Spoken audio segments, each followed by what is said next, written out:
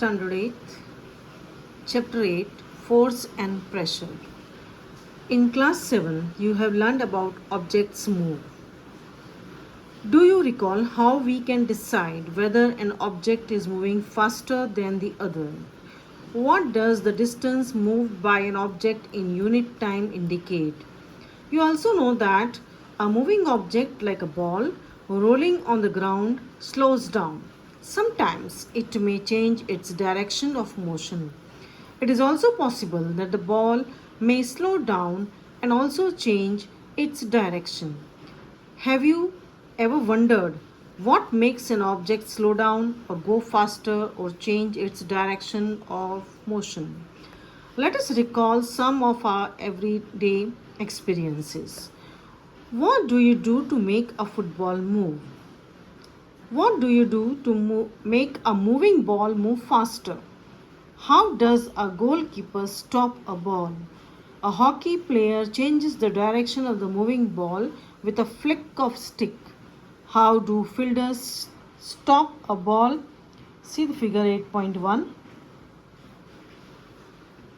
By a batsman. In all this situation, ball is either made to move faster or slower, or its direction of motion is changed. Underline.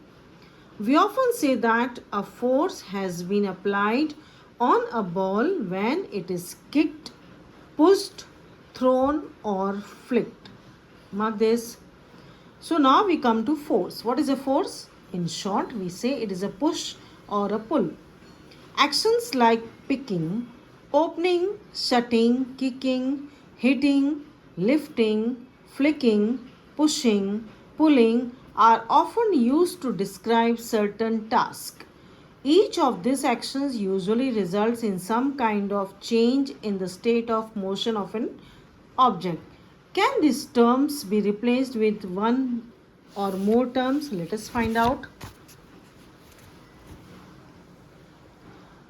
Do you notice that each of the actions can be grouped as a pull or a push or both? See the table 8.1. In science, underline, a push or a pull on an object is called a force. Thus, we can say that motion imparted to objects was due to action of force. Force are due to an interaction. A man standing behind a stationary car. A car being pushed by a man. Suppose a man is standing behind a stationary car. See the figure. Will the car move due to his presence? Suppose the man now begins to push the car, that is, he applies a force.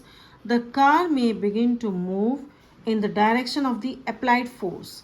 Note that the man has to push the car to make it move. Figure 8.3 shows three situations that may be similar to you. Can you decide who is pulling and who is pushing in these cases? In figure 8.3a, both girls appear to push each other, while the pair of girls in 8.3b are trying to pull each other. See both the figures 8.3a, 8.3b. Similarly, the cow and the man in the figure 8.3c appear to pull each other. The girls in the two situations shown here are applying force on each other. It is also true for the man and the cow.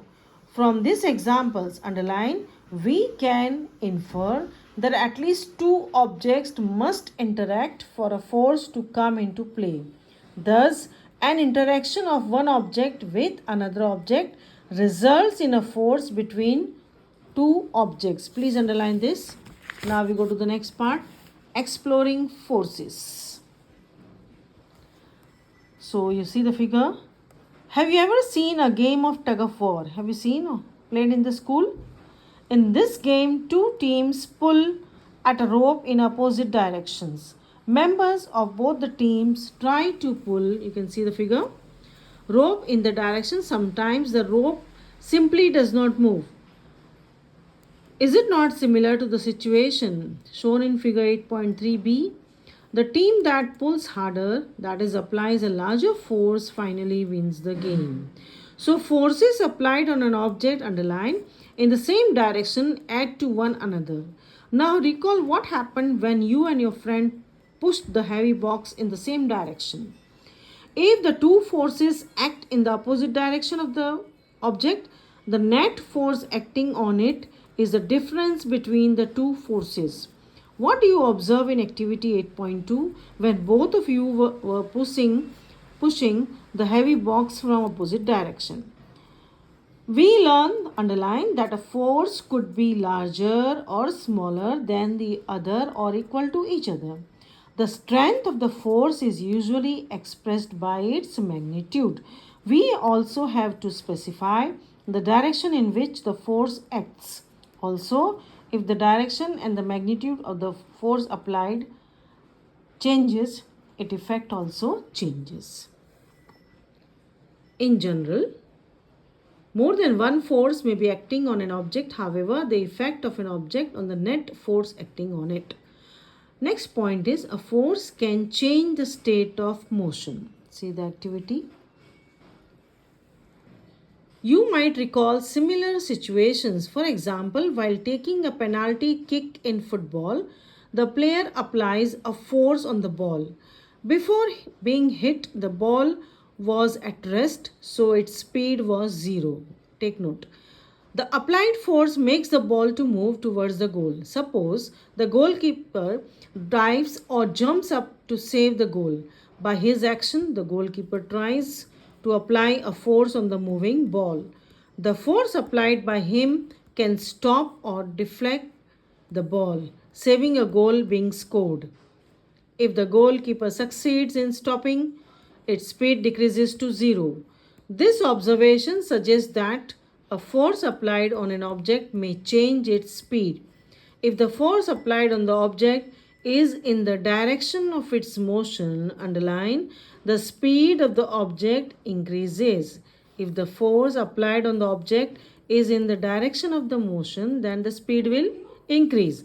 Now, if the force is applied in the direction opposite to the direction of motion, then its result in decrease in the speed of the object. Okay, once again I will say, if the force is applied in the direction opposite to the direction of motion, then its results decrease in the speed of an object. Understood? You can see the figure 8.8.